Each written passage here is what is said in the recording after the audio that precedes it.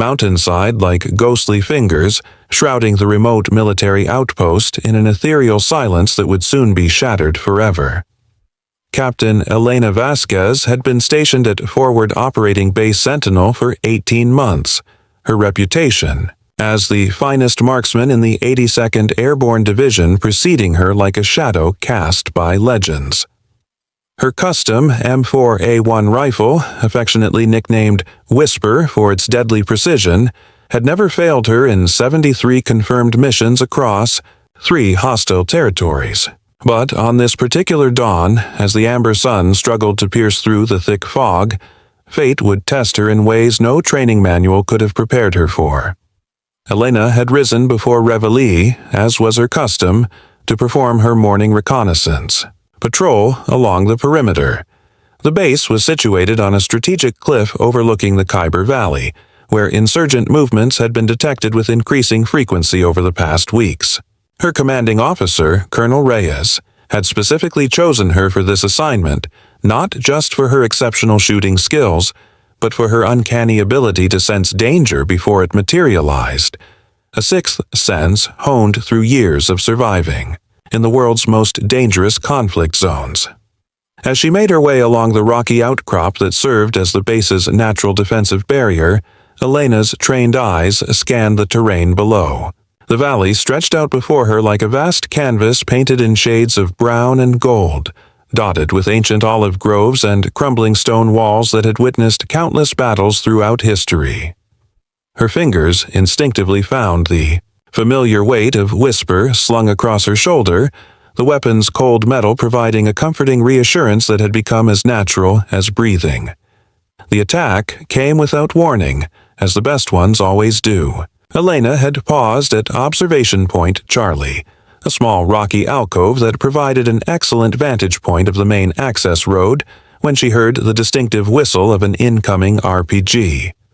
Her combat instincts, refined through countless hours of urban warfare training and real-world firefights, kicked in instantaneously. She dove to her left just as the rocket-propelled grenade struck the exact spot where she had been standing, the explosion sending chunks of limestone and shrapnel in every direction. The blast wave threw her violently against the cliff face, her body ragdolling through the air before slamming into an unforgiving wall of stone. Pain exploded through her left shoulder and ribs, but years of conditioning had taught her to compartmentalize physical discomfort when survival was at stake. As she struggled to regain her footing, her heart sank as she saw Whisper lying 20 feet away, its barrel twisted at an impossible angle. The precision instrument that had saved her life dozens of times now reduced to useless scrap metal. Through the settling dust and smoke, Elena could make out 5 figures emerging from concealed positions in the rocks below. They moved with the calculated precision of professional soldiers, their faces obscured by tactical masks and their bodies clad in mismatched but effective camouflage gear.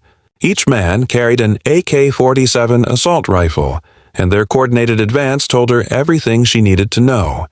This wasn't a random insurgent attack, but a carefully planned operation targeting her specifically. The leader of the group, distinguishable by the red bandana tied around his left arm, raised his weapon and fired a 3-round burst that sent chips of stone flying inches from Elena's head.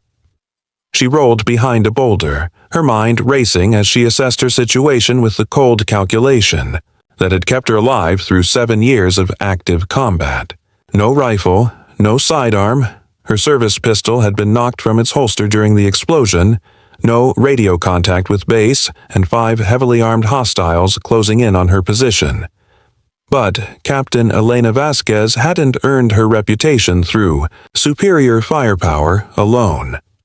Her father, a former Marine Force reconnaissance operator, had begun teaching her hand-to-hand combat techniques when she was 12 years old.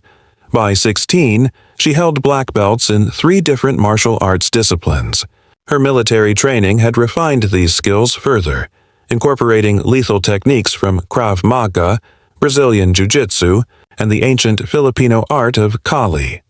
More importantly, she had learned to weaponize her environment, turning everyday objects into instruments of survival. The 5 men were now positioned in a semicircle around her rocky shelter, their boots crunching on loose gravel as they closed the distance. Elena could hear them communicating in hushed tones in what sounded like a mixture of Arabic and Pashto, their voices carrying the confidence of predators who believed they had cornered helpless prey. They had no idea that they were about to face a woman who had earned the nickname La Sombra, the Shadow, for her ability to appear and disappear in combat situations like a wraith made of steel and determination. She closed her eyes for just a moment, steadying her breathing and visualizing the terrain she had memorized during months of patrols. Every rock, every crevice, every potential advantage was catalogued in her mind like a 3-dimensional chessboard. When she opened her eyes again, they held the cold, predatory gleam that her enemies had learned to fear in their final moments. The chronometer on her tactical watch would later show that from the moment she emerged from behind that boulder until the last hostile hit the ground, exactly 83 seconds had elapsed. But in those 83 seconds, Captain Elena Vasquez would demonstrate why some warriors are remembered not for the weapons they carry, but for the indomitable spirit that refuses to yield even when all seems lost. The first man to die never saw her coming. Elena had noticed during their approach that the hostile on the far left, a lanky figure with a distinctive limp favoring his right leg, had positioned himself near a loose scree slope that would compromise his footing. She launched herself from behind the boulder with the fluid grace of a panther, her body cutting through the morning air in a trajectory that would have been impossible to predict. The element of surprise, she had learned long ago, was worth more than any weapon in an arsenal. Her boots connected with his chest in a devastating flying kick that sent him tumbling backward down the rocky slope, his AK-47 clattering away into a deep crevice. But Elena didn't pause to watch his descent. She had already calculated that the sound of his fall would alert the others, giving her perhaps 4 seconds before they could reacquire her as a target. 4 seconds was a lifetime for someone who had spent years training to compress deadly efficiency into microseconds. She rolled as she landed, her shoulders screaming in protest from the earlier explosion, but adrenaline masked the pain as effectively as morphine. The second hostile, a stocky man with elaborate tattoos covering his neck, had turned toward the commotion, his rifle sweeping in her direction. Elena's hand found a jagged piece of limestone the size of a softball, and without breaking stride, she hurled it with the precision that had made her a star pitcher in her high school softball days. The improvised projectile struck him directly in the temple with a sickening crack, dropping him instantly to the rocky ground. The remaining 3 men had now identified her position and were converging on her location with professional discipline. The leader with the red bandana barked orders in Arabic, and Elena's language training allowed her to understand that they had switched from a capture mission to a kill order. Something about her resistance had changed their calculations, and she realized with crystal clarity that these weren't ordinary insurgents. They moved with the coordinated precision of Special Forces operatives. This revelation should have terrified her, but instead it ignited something primal and fierce within her chest. Elena Vasquez had not survived Kandahar, Mosul, and the hellish urban combat of Fallujah by backing down from superior odds. She had earned her reputation by being the one person who fought harder when the situation became impossible. The third hostile appeared around the boulder's edge with his rifle already shouldered, finger on the trigger. But Elena had anticipated this angle of approach and had positioned herself in his blind spot, pressed against the rock face like a shadow-made flesh. As he stepped into her killing zone, she struck with the lightning speed that her Krav Maga instructors had drilled into her until it became muscle memory. Her left hand deflected his rifle barrel upward while her right elbow drove into his solar plexus with enough force to crack ribs. The man doubled over, gasping for air that wouldn't come, and Elena flowed into the next movement without pause. She grasped his head in both hands and drove her knee upward into his face with devastating precision. The sickening crunch of cartilage and bone told her that his fighting days were permanently over, even as his body crumpled to join the growing collection of casualties scattered across the rocky terrain. but her moment of tactical advantage was rapidly disappearing. The fourth and fifth men had flanked her position during the melee, and she found herself caught between two separate firing angles with nowhere left to retreat. The cliff face rose behind her like an impassable wall, and 30 feet below, jagged rocks waited to claim anyone foolish enough to attempt an escape that way. The fourth hostile, a tititi, bearded giant who stood at least 6.5 feet tall, advanced with the confidence of someone who had never lost a close-quarters engagement. His massive hands gripped his AK-47 like it was a toy, and his dark eyes held the cold calculation of a professional killer. Elena could see faded bullet scars across his arms and the telltale marks of knife fights on his knuckles. This was a man who had survived countless battles through sheer brutality and overwhelming physical presence. "Surrender, woman," he growled in accented English, his voice carrying the authority of someone accustomed to being obeyed. "You fight well, but this ends now. Drop to your knees and perhaps your death will be quick."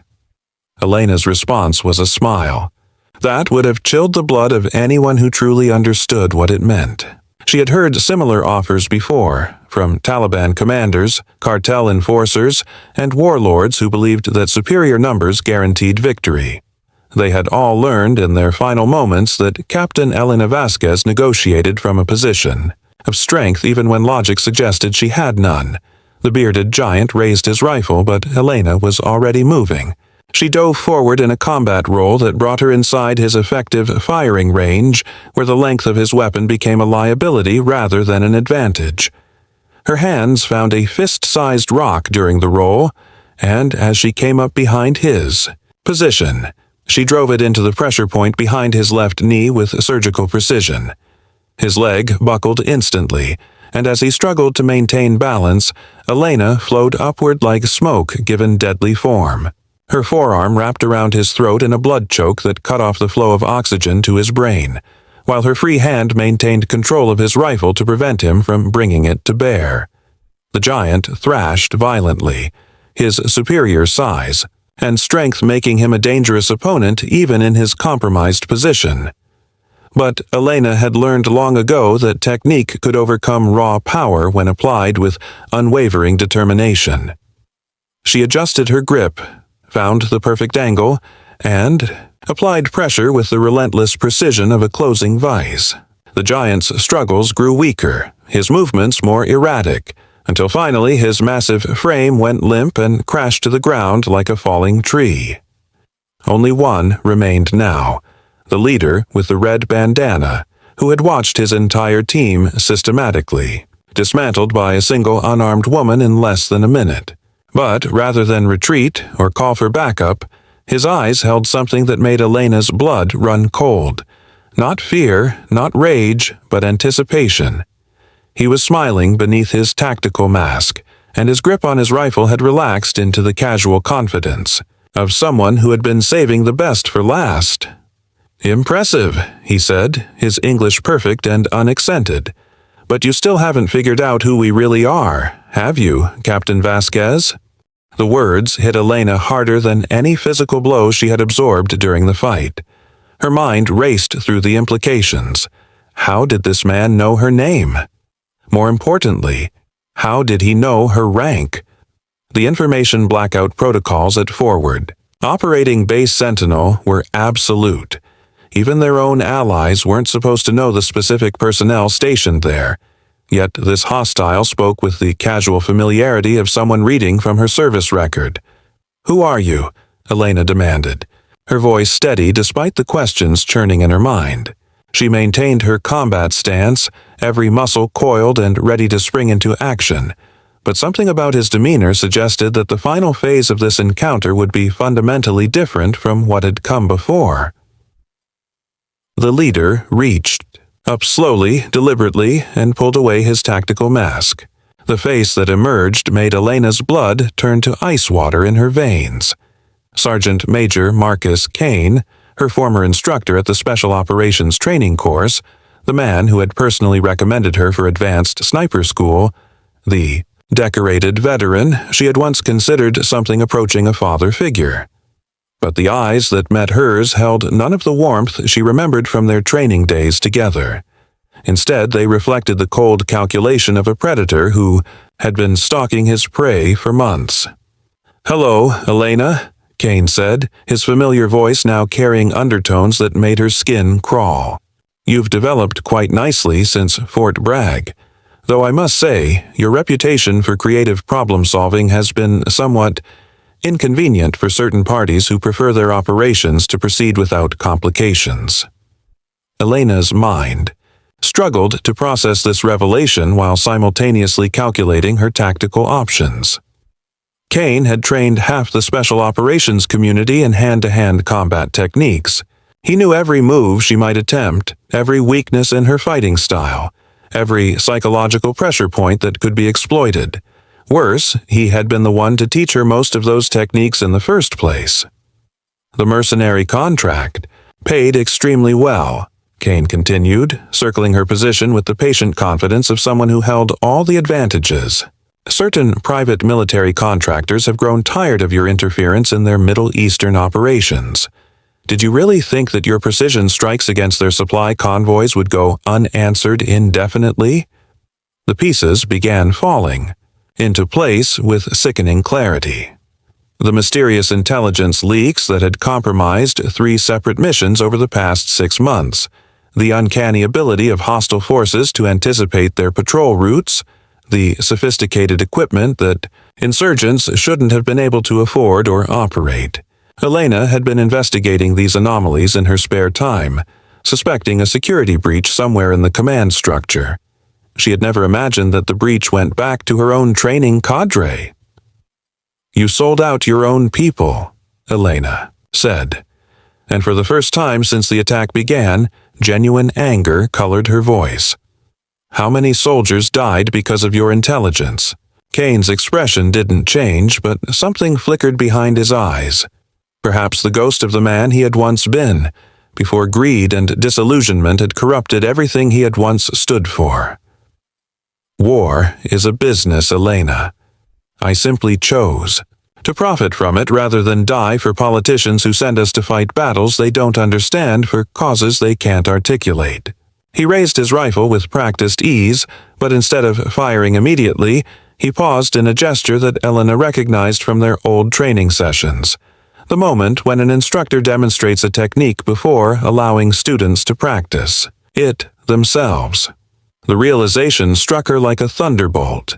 Even now, even in this moment of ultimate betrayal, some part of Marcus Kane still saw her as his student. "You taught me that the deadliest weapon is the one your enemy doesn't expect," Elena said, her voice carrying a subtle shift in tone that Kane's trained ear would certainly recognize.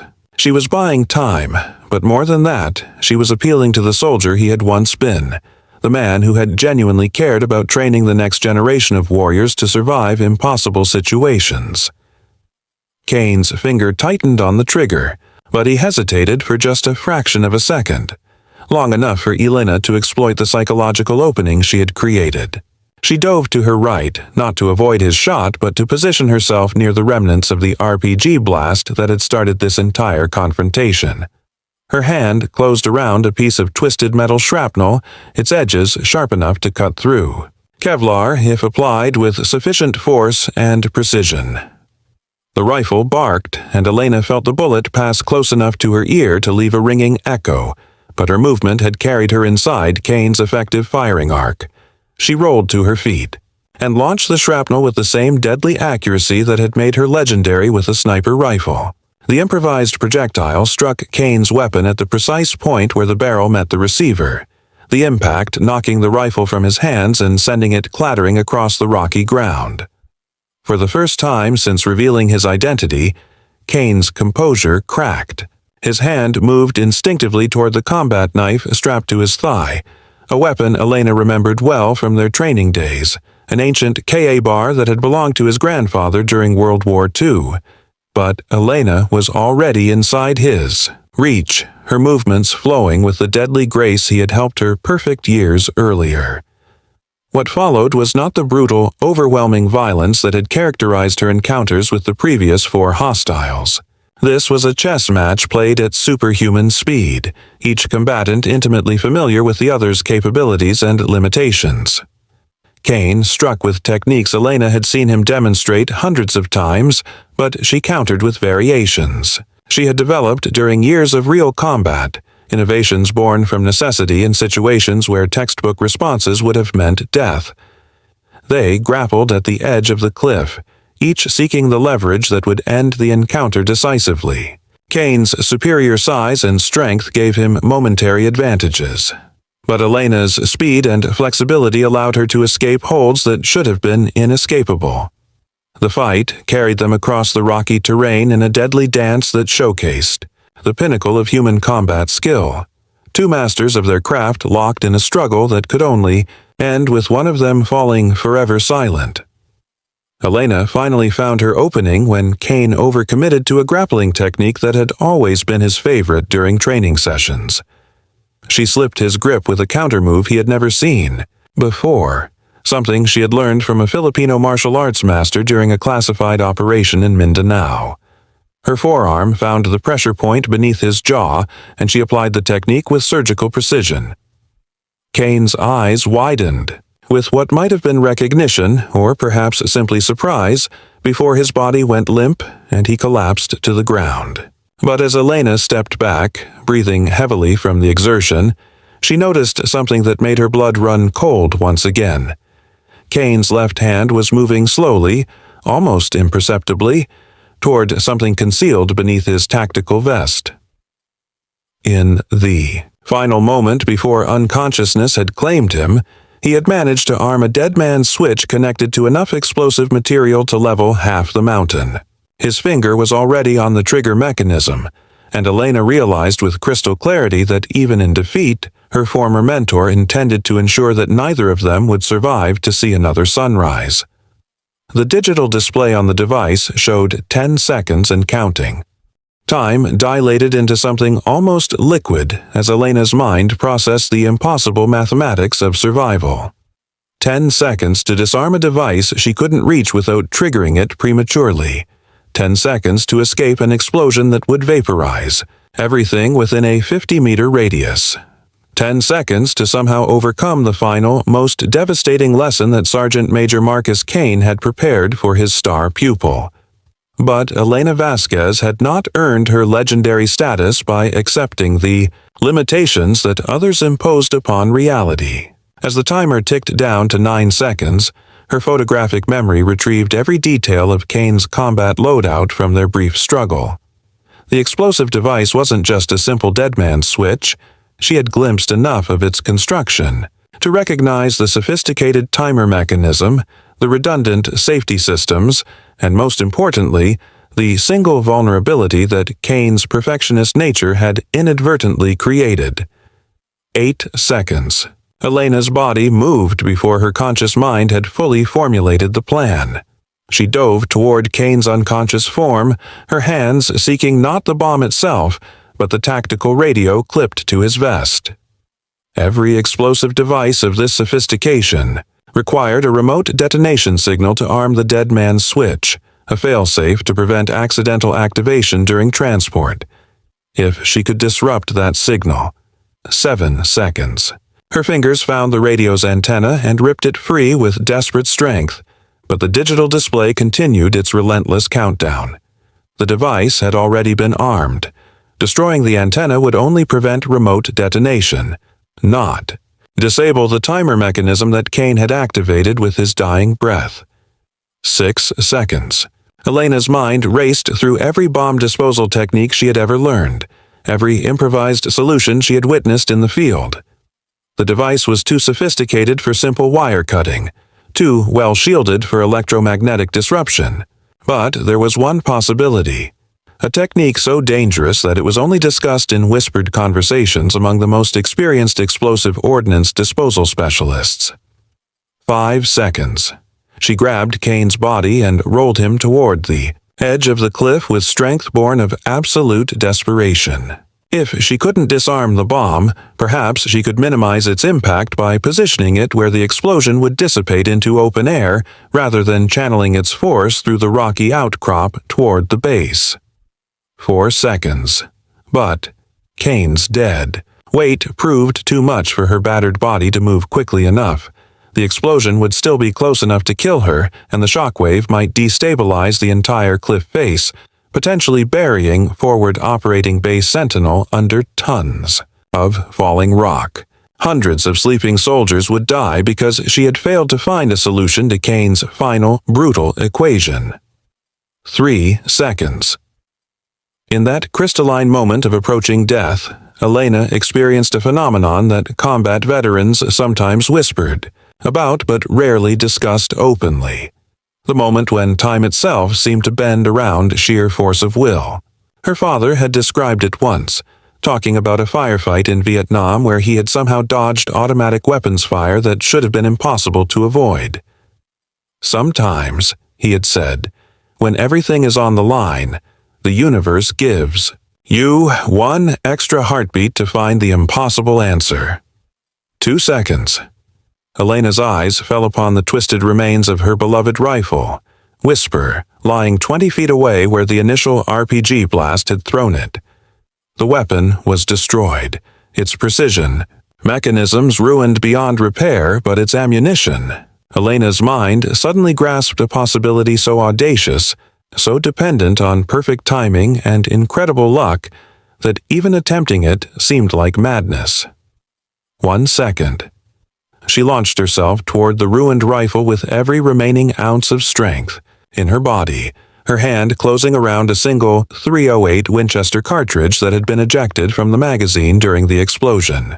In the same fluid motion, she rolled back toward Kane's position, drew her tactical knife, and used its point to carefully separate the bullet from its brass casing. 0. The dead man's switch triggered, but in that final microsecond before detonation, Elena poured the gunpowder from the cartridge directly onto the bomb's primary circuit board and struck her knife blade against a piece of flint embedded in the rocky ground.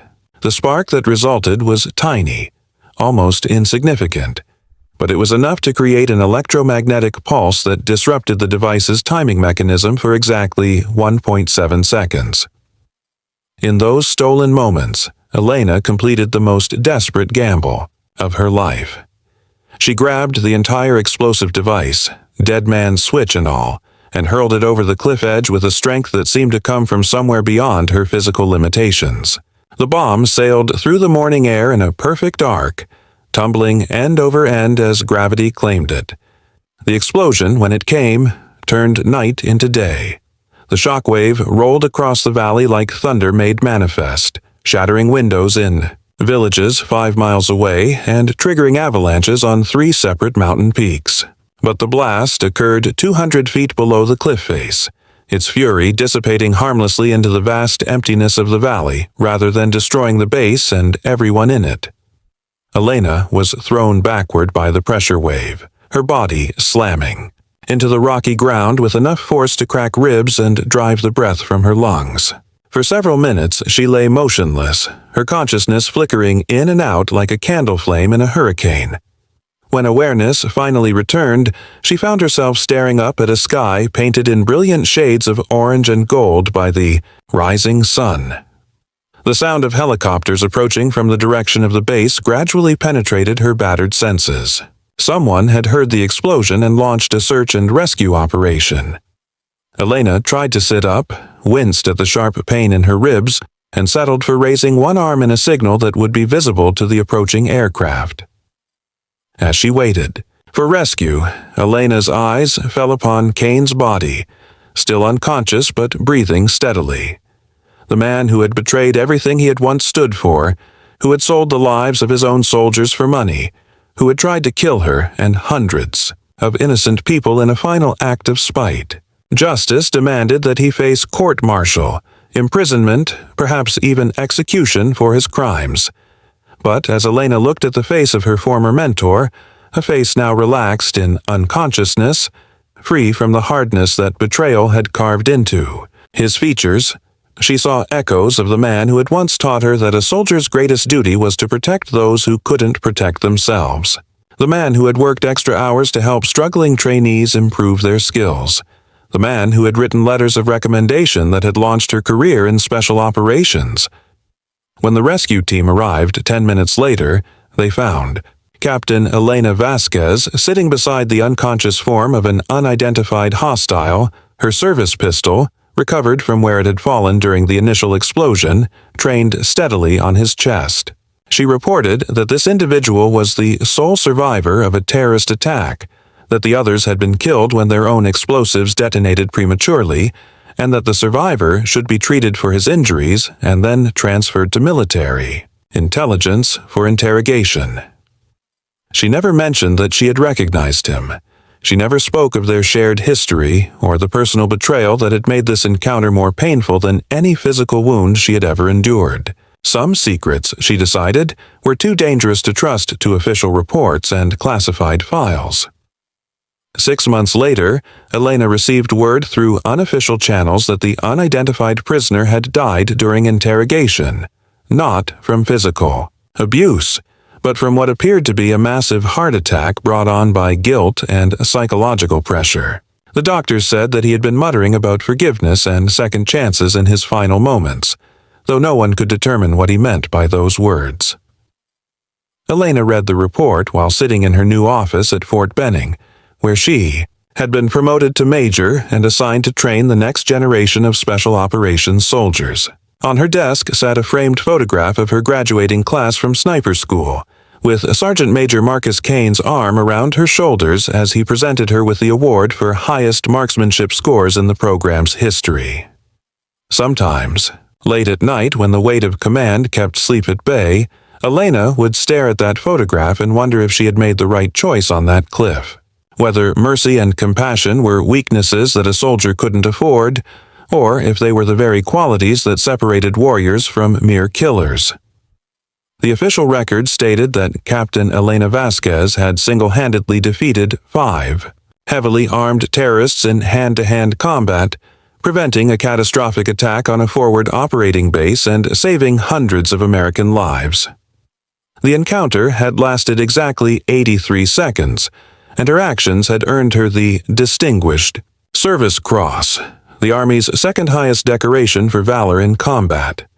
But the full truth of what had transpired on that mountain cliff, the personal cost of betrayal, the impossible split-second decisions that had saved so many lives, and the mercy she had shown to a man who had tried to kill her, remained locked in Elena's heart like a secret too precious and too painful to share with the world. In her new role as an instructor, Elena found herself teaching the same lessons that Kane had once taught her, that a soldier's greatest weapon wasn't their rifle or their training, but their ability to make the right choice in the moment when everything hung in the balance. She told her students that combat would test not just their physical skills, but their moral courage, their willingness to remain human even in situations that seemed to demand they become monsters. And when particularly promising students asked her about the most important lesson she had learned in her years of service, Elena would always give the same answer. Remember that your enemies were once someone's children, someone's hopes and dreams. Fight with everything you have when you must, but never forget that victory without honor is just another form of defeat. Years later, when military historians studied the incident at Forward Operating Base Sentinel, they would focus on the tactical brilliance of Elena's improvised combat techniques, the incredible physical conditioning that had allowed her to overcome superior numbers and firepower, and the split-second thinking that had prevented a massive explosion from claiming hundreds of lives. But they would never fully understand that the greatest victory achieved on that cliff had not been tactical or strategic, but deeply personal, the triumph of choosing compassion over vengeance, of finding a way to honor both justice and mercy in a moment when they seemed mutually exclusive. Elena Vasquez had defeated 5 armed men with her bare hands in 83 seconds, but more importantly, she had defeated the darkness that war tries to plant in every soldier's heart. And in doing so, she had proven that true strength lies not in the ability to destroy one's enemies, but in the wisdom to know when destruction serves a greater good and when mercy might plant the seeds of something better in the world. The legend of those 83 seconds would be told and retold in military academies around the world, inspiring future generations of warriors to push beyond their perceived limitations when duty called. But the deeper lesson, that a soldier's greatest victory might be the enemy they choose not to destroy, would remain Elena's private truth, carried in her heart like a sacred flame that no amount of darkness could ever extinguish.